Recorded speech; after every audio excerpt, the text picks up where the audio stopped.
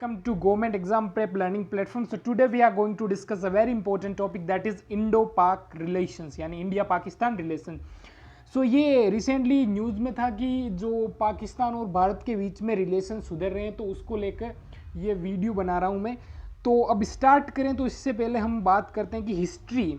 So at the time of independence British India was partition into two countries. ये तो सब हम जानते हैं, इंडिया और पाकिस्तान. ये कैसे हुआ? Muslim League demanded a separate country for Muslim as they feared that in Hindu majority India they may go unrepresent.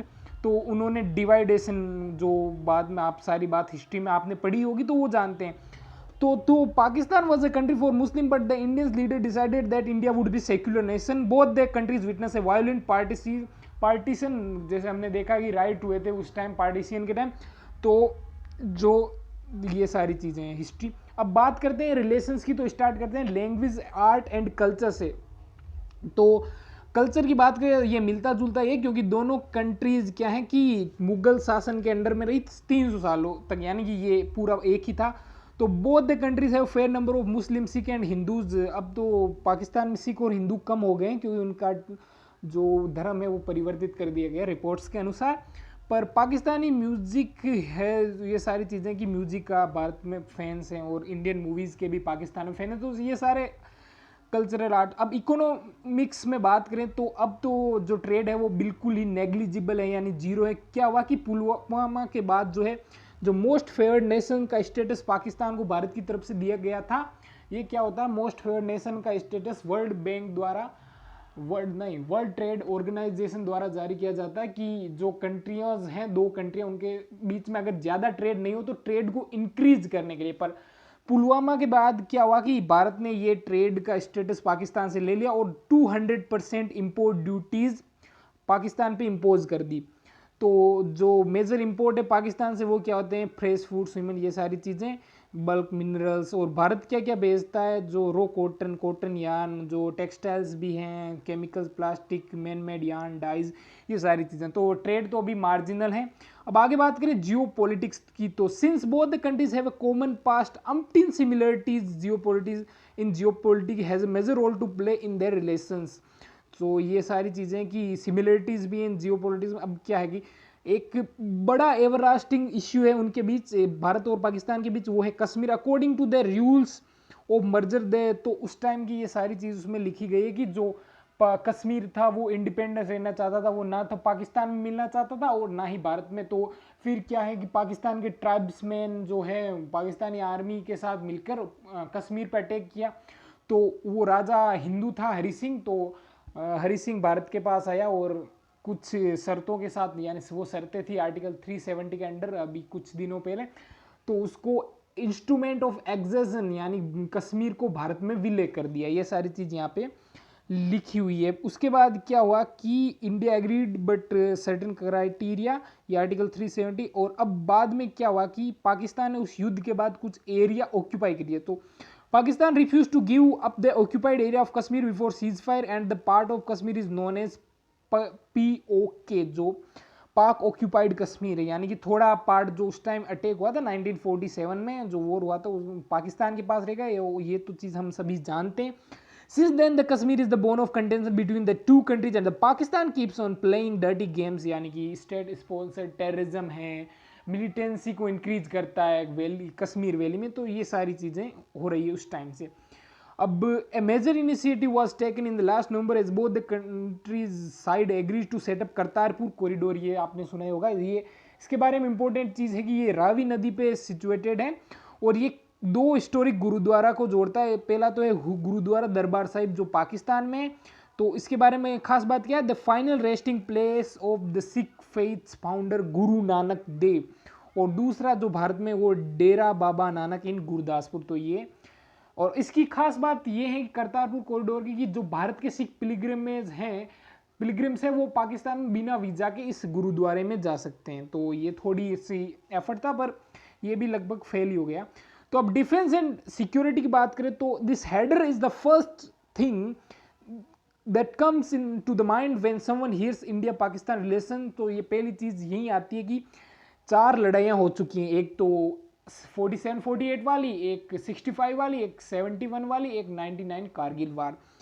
तो till date over the years both of them emerged as a nuclear power, so there is barely any chance to of a conventional war, यानी कि अब nuclear power भी है दोनों. As a result there is a proxy war, यानी कि वो militancy, वो सारी चीज़ें जो कोल्ड प्रोक्सी वार है, छोटी छोटी सीज फायर, वो चीज़ें होती रहती हैं. Pakistan has been allegedly sheltering funding feeding and training terrorist against India. तो Pakistan publicly denies resorting to any such method. तो पाकिस्तान तो डिनाई करेगा ही. There as infinite proof that Pakistan shelter terrorist. ये तो जैसे मसूद अजहर है, वो सारे टेररिस्ट पाकिस्तान में ही हैं. As per many reports apart from sending terrorist through Kashmir in India, it has been funding supplying arms to rebel group in Kashmir. ये भी एक घिनौना काम करता है Pakistan. To recruit and train Kashmiri youth to fight against India. Apart from there has been continued even ceasefire violation करता है, जैसे हमारे बहुत सारे जवान शहीद होते हैं. तो ये अब डिप्लोमेसी से बात करें तो चाइना आ जाता है इसके अंदर. तो चाइना की क्या है, चाइना पाकिस्तान को सपोर्ट करता है हर चीज से. और क्यों सपोर्ट करता है, क्योंकि वो एशिया रीजन में डोमिनेट करना चाहता है. और डोमिनेट क्यों करना चाहता है, क्योंकि वो इंडिया ही एक उसका कंपटीटर है. तो इसको काउंटर करके तो वो चाहता है कि इंडिया है पाकिस्तान के साथ उलझा रहे और वो डोमिनेट कर जाए इस एशिया रीजन में. तो वो हर चीज पे पाकिस्तान को सपोर्ट करता है, चाहे वो आर्म्स हो, चाहे वो रिबेल ग्रुप्स हो. यूएन में वीटो पावर का भी यूज करता है चाइना. तो right from the time of independence Russia played a major role. अब उस इंडिपेंडेंस यानी कि जो 20th सेंचुरी उसकी बात करें तो यूएस भी पाकिस्तान को सपोर्ट करता था. अब तो नहीं करता है क्योंकि 9/11 अटैक के बाद अब तो उसको वो टेररिस्ट कंट्री ही मानता है, पर पहले सपोर्ट करता था. क्यों, क्योंकि इंडिया रशिया के तरफ क्लिक था और उसके नॉन अलाइनमेंट के कारण ही यूएस पाकिस्तान को एक सपोर्ट के तौर पर मुस्लिम वर्ल्ड में देखता था. तो आगे बात करें कि रिलेशंस इंप्रूव कैसे हो सकते हैं. हाँ, रिलेशन तो इंप्रूव हो सकते हैं. अब ये जैसी बात है कि 4 वार लड़ चुका है, तो अब बात और बहुत सारे स्टैंड ऑफ हुए, जैसे कि 2003 में ऑपरेशन पराक्रम जब पार्लियामेंट पे अटैक हुआ था, और उसी के साथ जो 1987 ऑपरेशन मेघदूत हैं और बहुत सारे चीज़ें हैं. जैसे अभी रिसेंटली स्टैंड ऑफ हुआ था जो बालाकोट एयर स्ट्राइक है. तो ये सारी चीज़ें. तो उसके बाद अटेम्प्ट्स की बात करें तो रिलेशन को सुधारने के लिए ऐसा नहीं कि कुछ नहीं हुआ, बहुत सारे अटेम्प्ट हुए. जैसे शिमला समिट हुई वो कहाँ, और ताशकंद समझौता हुआ 1975 के बाद. तो शिमला समझौते में क्या हुआ कि जो लाइन ऑफ कंट्रोल है ना, वो जो पीओके और भारत का कश्मीर है, यानी कि कश्मीर तो पूरा ही भारत इंटीग्रल पार्ट है, पर जो पाकिस्तान ने ले लिया और जो भारत के पास बचा उसके पास जो लाइन है उसको एलओसी का दर्जा दिया गया, यानी उसको एलओसी नोट विद. और उसके बाद हुई आगरा समिट. आगरा समिट कब हुई, जब 2000 जो कारगिल वार हुआ उसके टाइम हुई. और लाहौर समिट जो 2003 में हुई, और उस time Delhi Lahore bus service भी स्टार्ट की गई ताकि दोनों कंट्रीज के बीच में रिलेशन को सुधारा जा सके. अब notwithstanding the worsened condition after the Siachen conflict and the Kargil war of 1999, however the ceasefire agreement of 2003 and the Delhi Lahore bus agreement decreased some tension, but ceasefire violations तो उसके बाद ही जारी रही. अब आगे बात करें तो ये अटैक है कुछ पाकिस्तान के घिनौने कृत्य.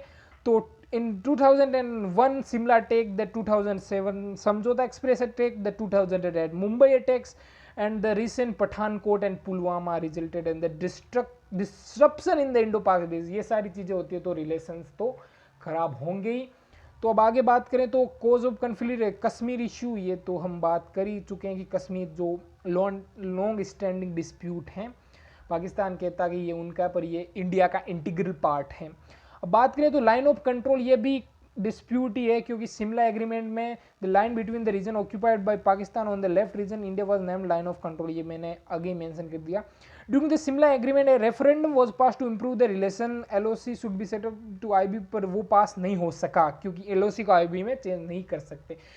क्योंकि अब बात करें तो शिमला एग्रीमेंट में एक दो चीज़ें और भी हुई, जैसे कि ये साइन हुआ कि जो कश्मीर इश्यू वो बायलेटरल इश्यू है, और उसमें ये भी चीज़ें थी. तो आगे बात करें तो यूएस यूके ने भी फेवर किया कि इसको इंटरनेशनल बॉर्डर में चेंज करो, पर ये पॉसिबल नहीं हो पाया. अब इसके बाद बात करते हैं वाटर शेयरिंग ट्रीटी. तो ये कुछ नदियां हैं जो कश्मीर से निकलती है, तो वो पाकिस्तान मेजर सोर्स हैं उस पाकिस्तान के पानी के लिए और सारी चीज़ों के लिए. तो एक Pakistan felt threatened that India controls over tributaries that fed water into the Pakistan, where India certainly had its own ambition for the अब इंडस वाटर ट्रीटी इसकी बात करें तो ये 1960 में साइन हुई वर्ल्ड बैंक की मीडिएशन से। इसमें क्या हुआ कि 6 नदियों का पानी का डिवाइडेशन की बात की। ये 6 नदियां हैं Chenab, Indus, Beas, Sutlej, Ravi and Jhelum flow to Pakistan from India. अब इसमें क्या हुआ कि ट्रीटी डिवाइडेड 3 रिवर्स। अब 3 रिवर्स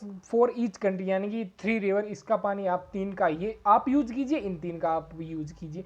अब जो पाकिस्तान को वो 3 कौन सी मिली, झेलम, चिनाब और इंडस, और भारत को मिली ब्यास, सतलज और रावी। ये तो इंडस वाटर ट्रीटी थी। अब डिस्प्यूट कब, पिछली साल, क्या पिछली 1-2 साल पहले एक किशनगंगा डैम था जो भारत बना रहा था, तो पाकिस्तान ने ऑब्जेक्ट किया कि ये इंडस वाटर ट्रीटी को वायोलेट करता, तो इसके लिए भारत ने कहा कि ये कोई पानी को यूज नहीं कर रहा है, ये सिर्फ उसको हाइड्रो पावर बनाने के लिए यूज कर रहा है, यानी कि उसको इरिगेशन के डाइवर्ट नहीं करा। तो ये सारी चीज़ थी, तो ये एक डिस्प्यूट था। और अब रिलेशंस को इम्प्रूव कैसे कर सकते, तो पॉलिटिकल कॉन्फ्रेंस एंड मीटिंग, ये सारी चीज़ें हो सकती है, पर इसके बीच में इम्पेड क्या है कि पाकिस्तानी मिलिट्री जो डीप स्टेट है, पाकिस्तान में क्या 2 तरह के सिस्टम चलते हैं और मिलिट्री ज़्यादा पावरफुल है पॉलिटिकल सिस्टम से।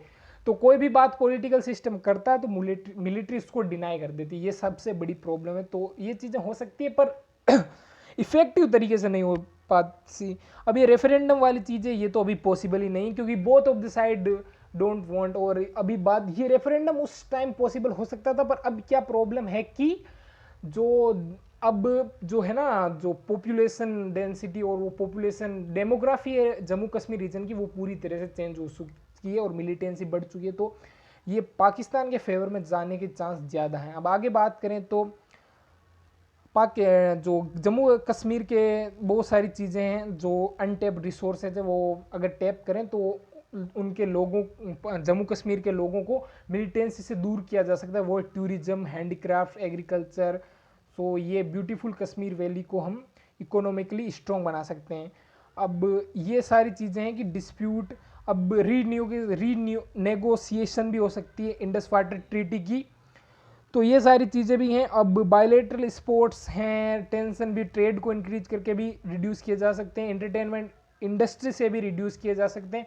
अब आगे बात करें तो प्रेजेंट में क्या चल रहा है, तो रिसेंटली पिछले ही मंथ में हमने देखा था कि बैक चैनल टॉक्स चल रही है इंडिया पाक। ये किसी भी जो दोनों ही साइड के नेताओं ने कोरोबरेट तो नहीं किया, पर न्यूज़ चैनल्स में आ रहा था, और एक जॉइंट स्टेटमेंट भी आया कि वो दोनों कंट्रियां सीज फायर को वायोलेट नहीं करेगा पाकिस्तान, और मतलब उसको प्रायोरिटी देगा सीज फायर को, और उसी के साथ ट्रेड को भी वापस स्टार्ट करने की बात कही गई। और पाकिस्तानी प्राइम मिनिस्टर इमरान खान को एरोस्पेस भी, जो उनको कहीं साउथ एशिया में जाना था तो उनके लिए एरोस्पेस भी खोला गया। तो ये सारी पॉजिटिव चीज़ें आई, पर उसके बाद ही पाक का यू टर्न भी आया कि आप आर्टिकल 370 हटाओ तभी ये सारी बातें आगे होगी। तो ये एक इम्पेड आ गया, तो पाकिस्तान अपनी हरकतों से बाज नहीं आया। अब बात करें तो भारत भी इंटरनेशनल प्रेशर बना रहा है पाकिस्तान में, जैसे FATF के माध्यम से। जो FATF की ग्रे लिस्ट में है अभी पाकिस्तान, तो उसको ब्लैक लिस्ट करने के लिए भारत पूरी जी तोड़ मेहनत कर रहा है, और इसके लिए पाकिस्तान कुछ कंक्रीट स्टेप तो नहीं उठा रहा, पर थोड़े बहुत स्टेप उठा रहा है, जैसे उसने 1-2 टेररिस्ट को गिरफ्तार भी किया है। तो और कोविड-19 को लेकर भी बात हुई थी, जो सार्क समिट हुई थी पिछले ईयर मार्च 2020 में, और भारत ने कुछ वैक्सीन भी दान किए पाकिस्तान को, पर अभी तक रिलेशंस में कुछ पॉजिटिव इंप्रूवमेंट नहीं आया। तो इसी के साथ थैंक्स फॉर वॉचिंग, और इस वीडियो में इतना ही। Like and share, subscribe for more. जय हिंद। और एक बात मैं आपको ये भी बता दूं कि आप इसका PDF भी डाउनलोड कर सकते हैं, डिस्क्रिप्शन में लिंक दिया हुआ है। धन्यवाद।